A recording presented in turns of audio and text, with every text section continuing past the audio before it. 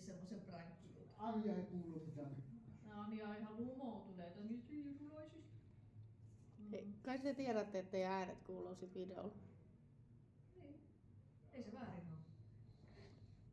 Onko sulla ikinä kuunnellut kauppakeskus Villanita? Nauhaa kaulassa. Ei oo. Se syö sun paitaa. Niin, tässä on Villakuse. Ei haittaa.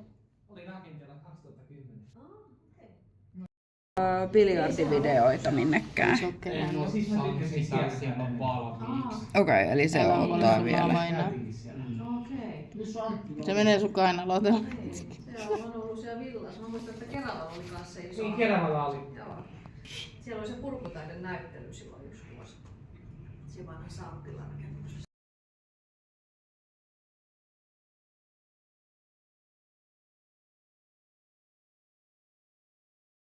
Nopeasti.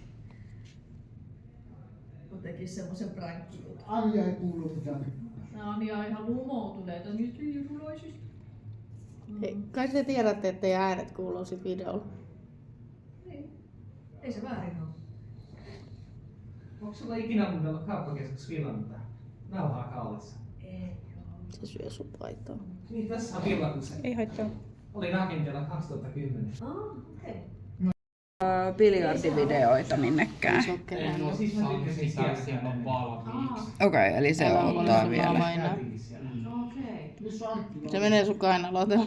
Siellä on ollut siellä villassa. Mä muistan, että Keravalla oli kanssa se iso. Niin, Keravalla oli. Joo.